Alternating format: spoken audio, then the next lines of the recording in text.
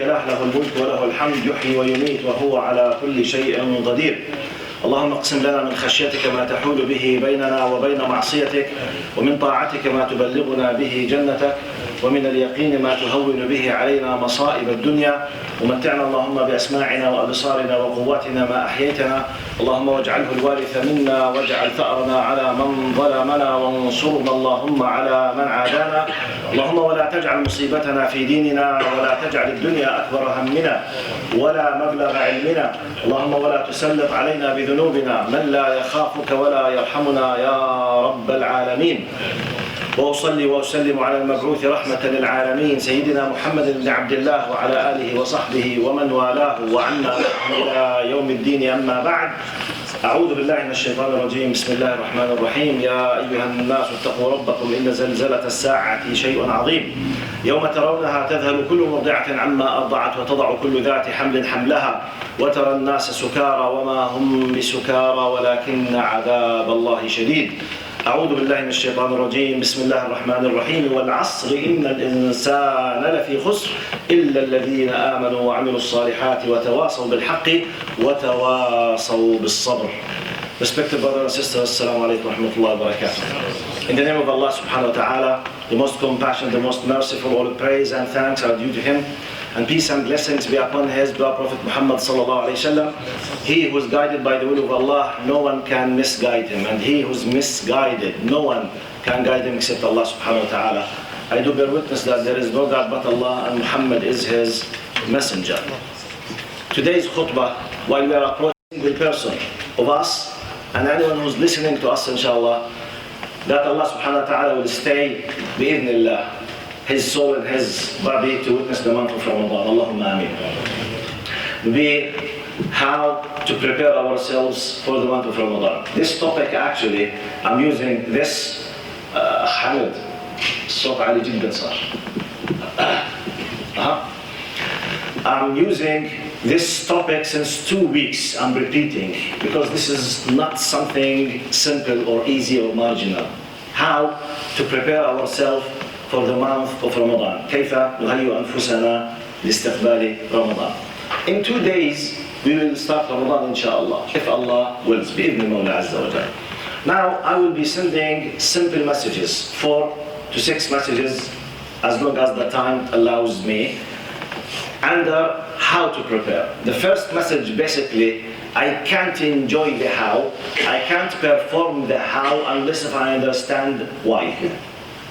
Now I can quote some of the excellent programs, do such and such, do your best to do it this way, sleep this number of hours, do that thing, try to memorize whatever to read, do your best to switch off your mobile, blah blah blah blah, which is excellent. All of them, they are valid, nice, beautiful, but what will give you the real motivation, the power from within to perform these things while you're having the best level of ajr, and you are enjoying when you understand why. You understand why, basically the how, you can choose out of 10 different options, no problem. If you understand the why and you make your niyyah very well inshallah. موضوعنا يا أحبة هو كيف نستقبل رمضان. وبقي معنا يومان إن أمد الله في العمر. والنقطة الرئيسية سأبعث برسائل مختصرة صغيرة وأركز فيها على كيفية نستقبل رمضان من خلال فهم ما هو رمضان. لأن من يفهم لماذا سيستمتع بالعبادة. بإمكاني أن أنقل لكم من برامج كثيرة جدا، افعل كذا ولا تفعل كذا، إياك أغلق هاتفك، افعل كذا، نم كذا ساعات، لا تفعل كذا، وبرامج كثيرة جدا ونصائح عديدة وكلها فيها خير. لكن المشكلة الكبرى إذا لم يوقر في الصدر في الداخل فلسفة لماذا شرع الله رمضان وما هي الفلسفة من وراء رمضان، فستكون فكرة الأمور الشكلية لا قيمة لها. Now we start from the first message to understand the why.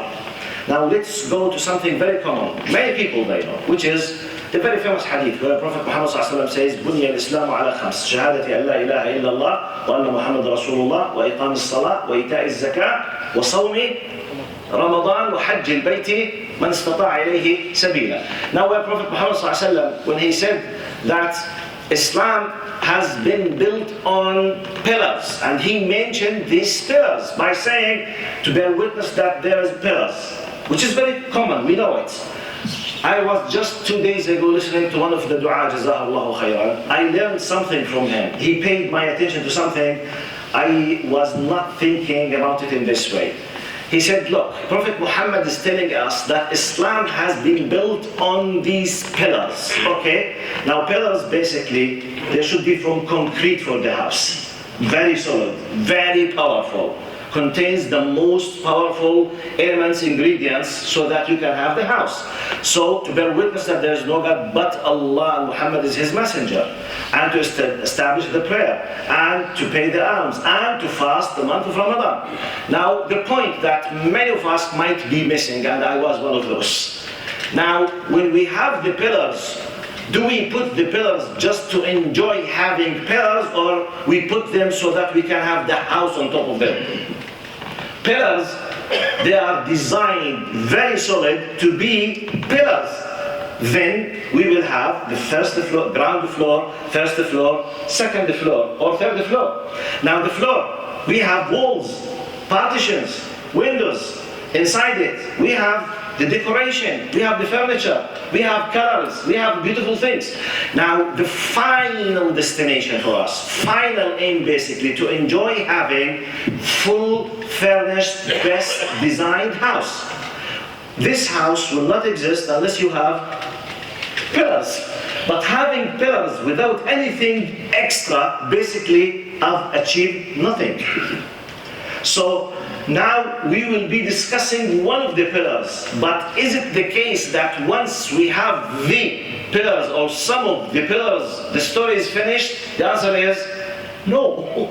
So we put pillars to enjoy having the house. What is the house now?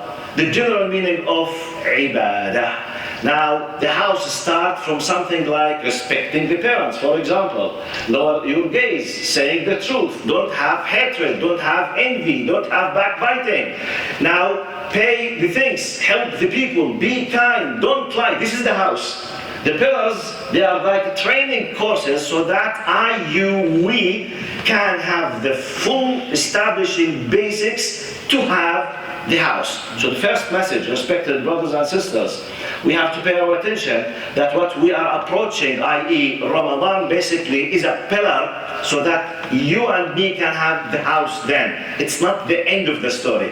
It's part of the beginning of the story. فالرسالة الأولى يا أحبة، الحديث الشهير النبي صلى الله عليه وسلم حينما تحدث عن أركان الإسلام، شهادة أن لا إله إلا الله وأن محمد رسول الله وإقام الصلاة وإيتاء الزكاة، ننبه هنا على أن الأركان أو الأعمدة تبنى وتوضع من الإسمنت المسلح ويحفر لها في الأرض ليكون بعدها عليها بيت، لا تبنى الأعمدة لتترك.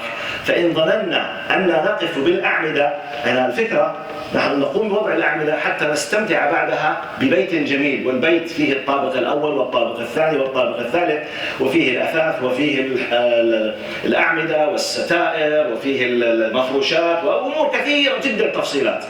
الوضع النهائي الذي نريده من حياتنا حينما نعمر بيتا أن نستمتع ببيت متكامل بما يصل بأدق التفاصيل التي تتدخل بلون الجدار ولون الستارة ولون الكنبة ولون إلى آخره، لكن الأساس هو الركن. لكن المشكلة إذا بنيت ركنا ولم أبني بيتا، أنا أيضا أفيد مشكلة. ماذا أستفيد من أركان محفورة جاهزة لكن لا يوجد عليها بيت؟ وماذا أستفيد من بيت بني إذا جاءت ريح بسيطة جدا تدمره تماما لأنه لا أركان له؟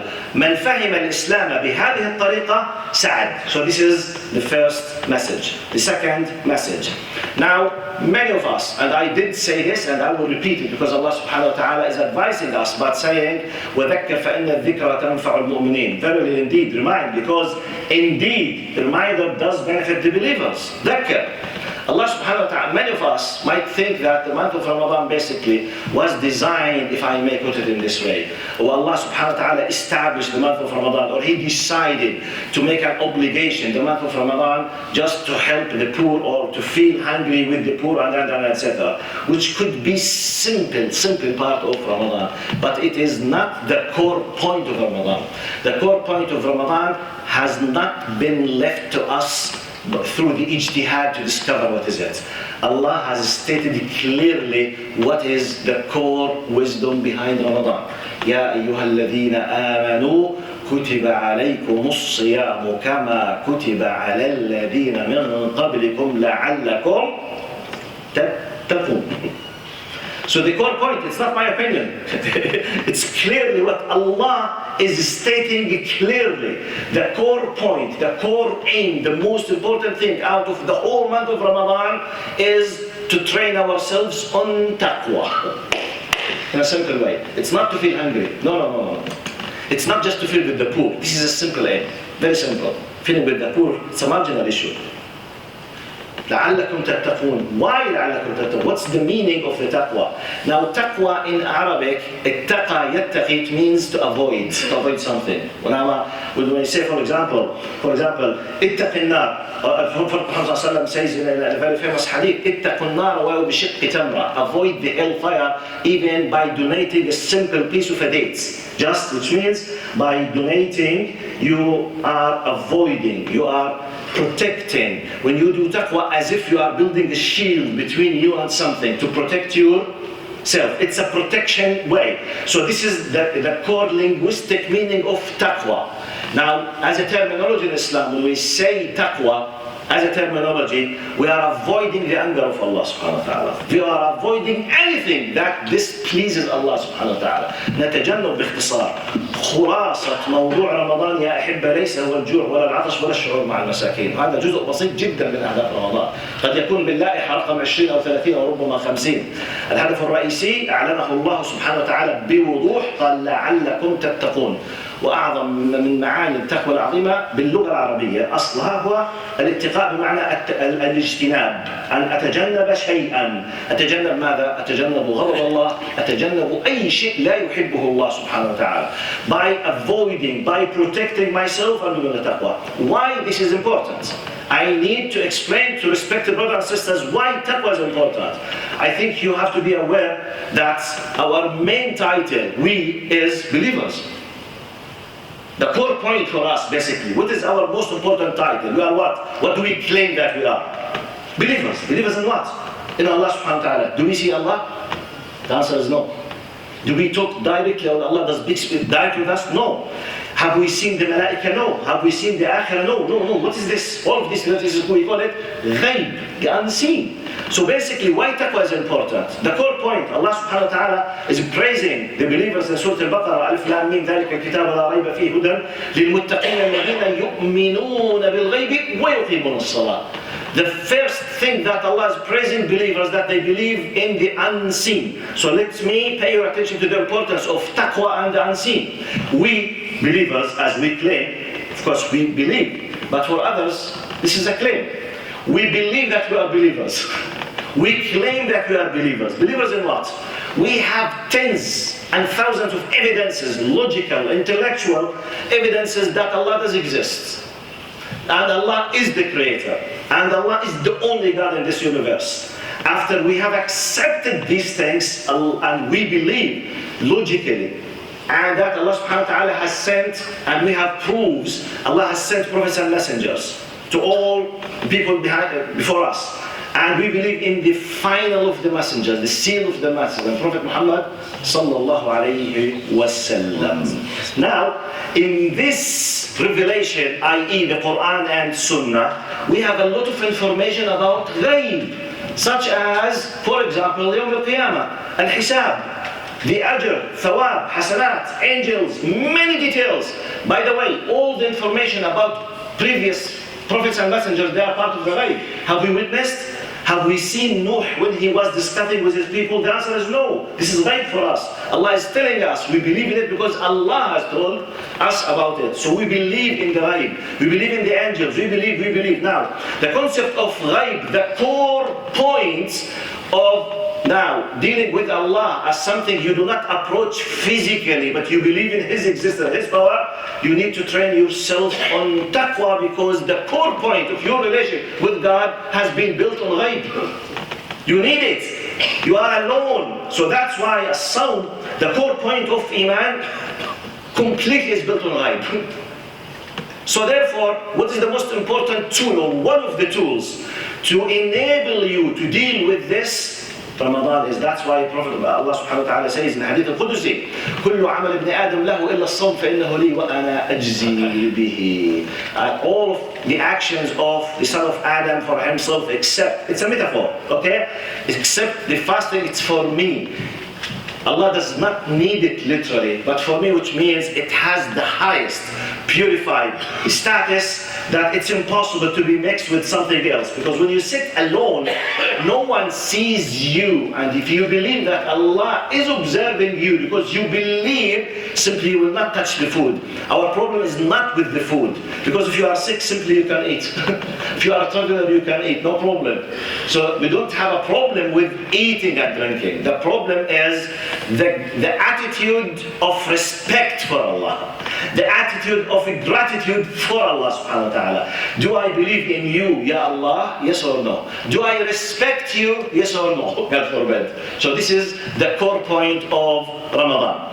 خلاصة الفكرة يا أحبة أن الله سبحانه وتعالى نبهنا إلى موضوع التقوى. الله يدربنا، يدفعنا، ينصحنا، يحببنا، يوجهنا بتوجيهنا لرمضان أن نتدرب على التقوى. والسبب الرئيسي أو من الأسباب التي على الأقل أفهمها أنا كشخص يحاول أن يبحث ويفهم دينه الذي يعتز به، أن ديننا مبني بمعظم أساساته على الإيمان بالغيب يا أحبة.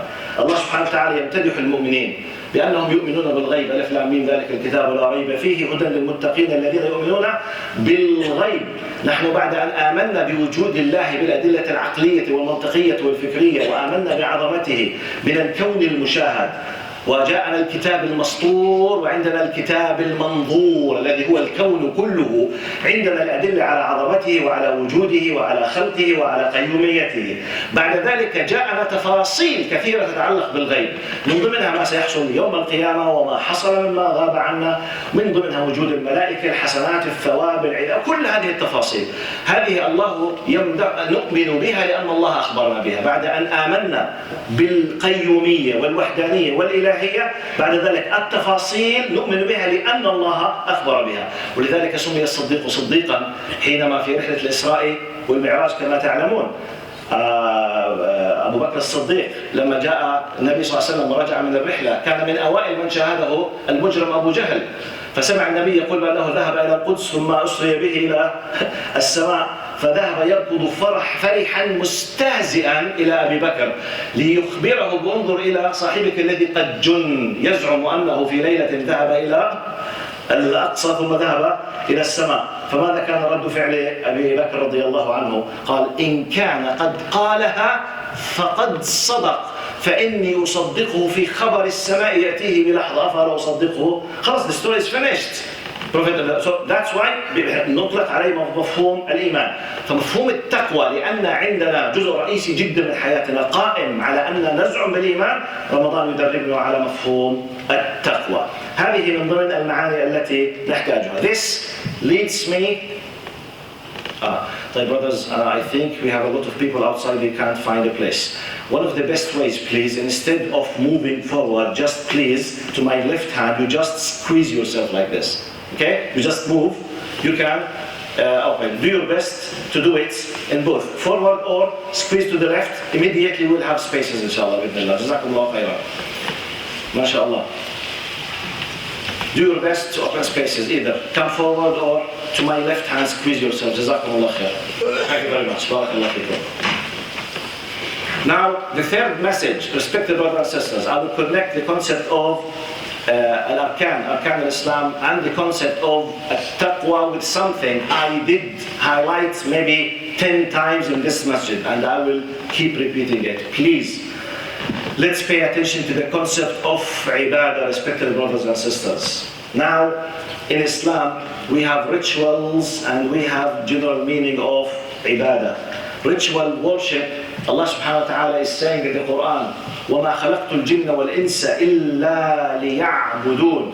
I have not created the jinn and the human beings but to worship me. For many reasons, some people they understand the concept of worship by ritual worship, which is such as the fasting and the prayer and the umrah and the hajj, which is not true. This is just part of the ibadah. The concept of abada, ya'budu ibadah, fahuwa abid, basically, Habibi, where is your father? Who's responsible for this? Please, if you can't hold on, I'm losing my concentration. Jazakumullah khair. I forgot what I was saying. Ritual worship, yes. Jazakumullah khairan. Ritual worship, basically, for many reasons, people they think that the concept of ibadah in Arabic, abada ya'budu ibadat fahuwa abid, means full submission for something without any kind of preconditions. This is the meaning of ibadah. طاعة وتسليم وخضوع وانقياد مطلق دون أدنى شرط يدعى في الإسلام عبادة. If anyone has submitted himself to anything, any person, any group, any party, any whatever, full submission without any kind of preconditions, in Arabic it's called ibadah. That's why Prophet Muhammad said, تعس عبد الدينار, تعس عبد الدرهم. Woe unto thee, he is the loser, the one who's worshipping the dinar and the dirham. I think you know that no one is putting the dinar or the dirham or the dollar like this and he's doing sujood or prostrating for it. This is a metaphor, which means if I have submitted myself to money, which means I don't care of the channel or the source of money, where does it come from, or how, whether it's haram or halal, it means my aim is just money regardless of any other things. It means I have submitted myself to having the money. I am doing ibadah for the money. This is the meaning of ta'isa abdud dinar, ta'isa abdud dirham. Now, making analogy, qiyas. Now, when we talk about Allah subhanahu wa ta'ala, the Quran says, وَمَا خَلَقْتُ الْجِنَّ وَالْإِنسَ إِلَّا لِيَعْبُدُونَ. Allah was not talking in this verse about ritual worship, which is just to come 5 times prayer and do Ramadan and the rest. The general meaning of ibadah. Full submission to the will of your Lord in every single aspect of your life. This is genuine ibadah. تسليم خضوع تام لله تعالى في كل شأن من شؤون الحياة. This is the meaning of the house after the prayer. So, Ramadan basically is a ritual worship. عبادة شعائرية. We come, we train ourselves on taqwa. We train ourselves how to avoid the anger of Allah. We train ourselves how to control ourselves so that when we go outside the prayer, outside Ramadan, outside Umrah, outside Hajj, we perform the general meaning of ibadah, which is full submission for the will of Allah in every single aspect of our life. What is every single aspect? Everything. That's why Islam basically is to obey Allah's commandments in everything in your life. What you eat, what you wear, your garments, your clothes, when you get married, when you divorce, according to the will of Allah subhanahu wa ta'ala. تسريح بمعروف, إمساك بمعروف. Now, what you see, even in our Islam, has not left anything. When you walk in the street, some certain things you are not allowed to look at it, some certain things you are allowed to. So it's part of our life. What to eat, what to drink, with whom to speak. We have the concept of wala and bara. Some people who are wicked and rude with Allah, you are not allowed to be their friends. If they are making fun of your Lord, even if they are you are close relatives, you are not allowed to take them as awliya or friends because they are making fun of your Lord. This is called wala. out of love for Allah, out of respect, the one who's making fun of your Lord, you are not allowed to take him as a friend. This is part of ibadah. So, and we can go on and on in these kind of details. The core point, respected brothers, in the last 2 minutes, Ramadan, it's a golden opportunity. I concluded with my definition for Ramadan, and I finished the khutbah.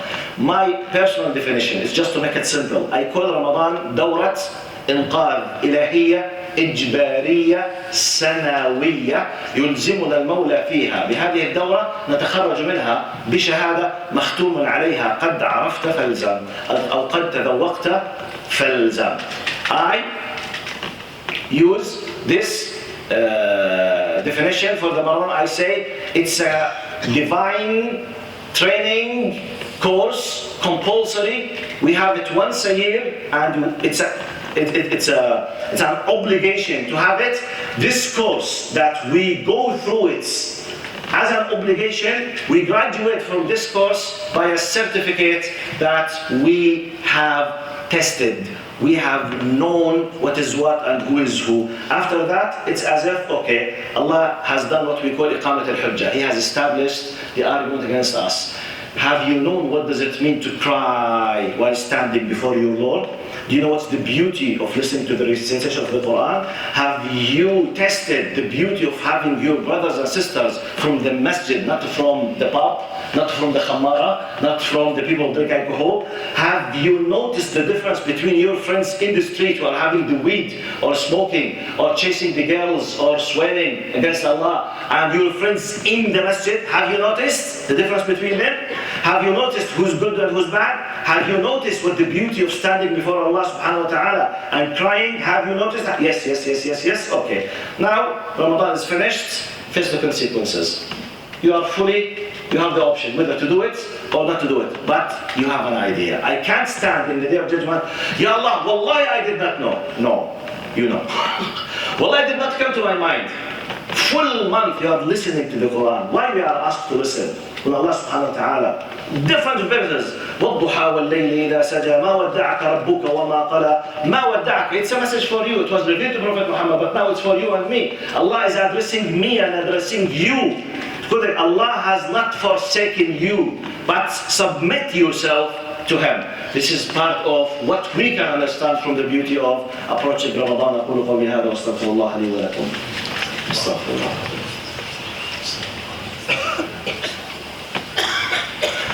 إن الحمد لله نحمده سبحانه ونستعينه ونستغفره ونعوذ بالله من شرور أنفسنا ومن سيئات أعمالنا. من يهده الله فلا مضل له ومن يضلل فلن تجد له وليا مرشدا. وأشهد أن لا إله إلا الله وحده لا شريك له، له الملك وله الحمد، يحيي ويميت وهو على كل شيء قدير. اللهم اغفر لنا وارحمنا وعافنا واعف عنا وتولنا بسترك الجميل يا رب العالمين. اللهم بلغنا رمضان، اللهم بلغنا رمضان، اللهم بلغنا رمضان يا رب العالمين. عنا على أن نخرج من رمضان قد قبلت عباداتنا، والله عنا على القيام والصيام في رمضان كما تحب وترضى.